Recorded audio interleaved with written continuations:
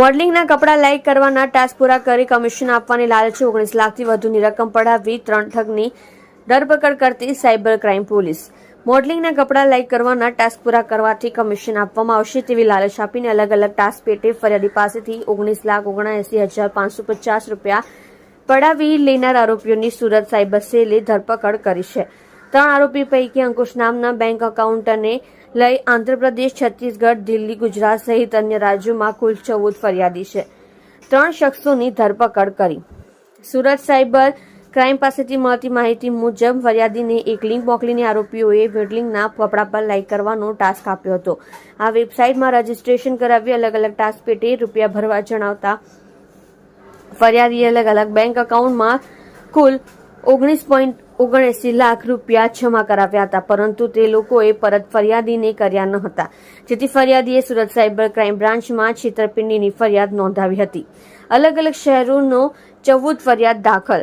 ફરિયાદના આધારે સુરત સાયબર સેલે 3 આરોપીની ધરપકડ કરી છે, જેમાં 22 વર્ષીય અંકુશ પાંડવ નોકરી કરે છે અને સુરત શહેરના કતારગામમાં રહે છે।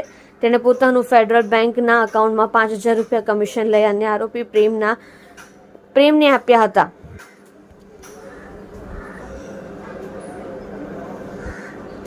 આરોપીના બેંક એકાઉન્ટ ઉપર આંધ્રપ્રદેશમાં એક, છત્તીસગઢમાં એક, દિલ્હીમાં એક, ગુજરાતમાં એક, કર્ણાટકમાં એક, કેરળમાં એક, મધ્યપ્રદેશમાં 2, મહારાષ્ટ્રમાં 1, તેલંગાણામાં 3 મળી 14 ફરિયાદ નોંધાઈ છે। આ બેંક એકાઉન્ટમાં તારીખ 28 ડિસેમ્બર 2023 થી લઈ 29 માર્ચ 2024 સુધીમાં કુલ 29,70,970 ટ્રાન્ઝેક્શન પોલીસ તપાસમાં બહાર આવ્યા છે। છેતરપિંડીના ગુનામાં પકડાઈ ચૂક્યા છે। 10 લાખ ફ્રીઝ કરાવવામાં આવ્યા। સાયબર ક્રિમિનલ્સ દ્વારા ઓનલાઈન સોશિયલ મીડિયા પર જાહેરાત આપવામાં આવે છે અથવા SMS, વોટ્સએપ, ટેલિગ્રામ ઘરે બેઠા કમાવા માટેના મેસેજ મોકલવામાં આવે છે। ઓનલાઈન ટાસ્ક પૂરા કરવાથી પ્લાન મુજબ વળતર મળશે તેવી જણાવવામાં આવે છે। શરૂઆતમાં ઓછી રકમના પ્લાનમાં ટાસ્ક પૂરા કરવાથી વળતર આપવામાં આવે છે, ત્યારબાદ પ્રીમિયમ VIP પ્લાનમાં એડ થવાથી વધુ વળતર મળશે તેવું જણાવવામાં આવે છે। પ્રીમિયમ VIP પ્લાન લીધા બાદ ટાસ્ક પૂરો કરતા સમયે નવા ઓર્ડર ટાસ્ક જનરેટ કરી વધુ નાણાં પડાવવામાં આવે છે અને છેતરપિંડી કરવામાં આવે છે। સુરત સાયબર બ્રાન્ચે આ કેસમાં અલગ અલગ બેંક એકાઉન્ટમાં રૂપિયા 10 લાખ ફ્રીઝ કરાવવામાં આવ્યા છે। આવા કેસોથી એલર્ટ રહેવા શું કરવું? આ પ્રકારના ફ્રોડથી બચવા અજાણ્યા વ્યક્તિ દ્વારા SMS, ઈમેલ, ટેલિગ્રામ ઉપર મોકલવામાં આવેલા અજાણી શંકાસ્પદ લિંક પર ક્લિક કરશો નહીં।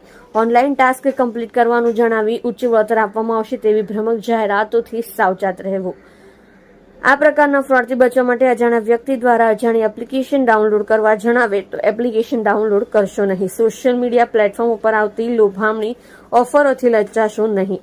જો તમારી સાથે sextortion, morph, photo, news, video call કે કોઈ પણ પ્રકારનો સાયબર ક્રાઇમ થયેલ હોય, તેમાં અજાણતા કોઈ ભૂલ થઈ હોય કે ના થઈ હોય તો કોઈ પણ જાતનો ડર કે સંકોચ રાખ્યા વગર સાયબર ક્રાઇમ પોલીસ સ્ટેશનનો સંપર્ક સાધવા વિનંતી છે। સંવેદનશીલ કિસ્સામાં આપનું નામ ગુપ્ત રાખી મદદ કરવામાં આવશે।